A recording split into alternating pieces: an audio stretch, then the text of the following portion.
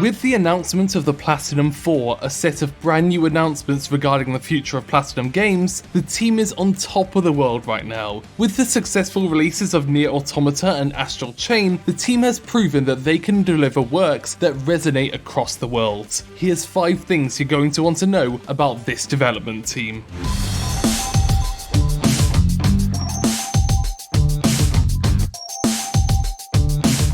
While recent titles from the studio have picked up in sales, that hasn't necessarily been true of the past. Although titles like Vanquish, Bayonetta and The Wonderful 101 met critical acclaim, they didn't exactly capture the masses, resulting in lower sales. Relationships with publishers never seem to last long, with Sega not greenlighting a Bayonetta 2 and Scalebound being cancelled by Microsoft. Things have changed recently though, and director Hideki Kamiya once claimed that Yoko Taro's NieR Automata was one of the things that saved the company from bankruptcy.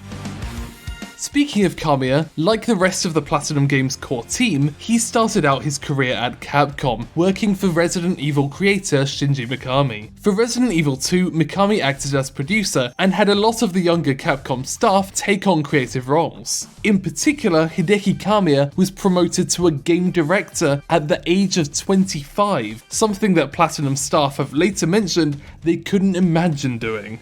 Kamiya had a rocky start early in development, but was eventually able to capture a vision for what would become a critically acclaimed classic. He went on to direct several games, including Bayonetta, one of Platinum Games' most iconic titles.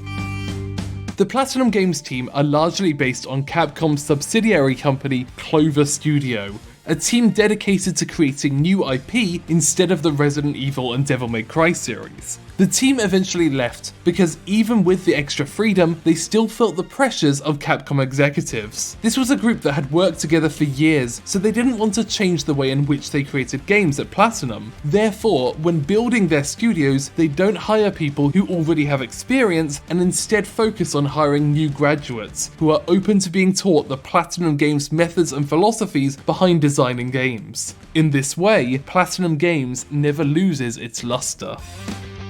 Platinum has rarely had a great relationship with publishers and instead have strived to work towards gaining an equal relationship with them. They refer to having a Western mindset towards the relationship between developer and publisher, where the studio can feel confident in saying no. They can still get screwed over, as with Microsoft cancelling Scalebound, but they are able to maintain a lot of their independence, even when they're at the whims of a publisher.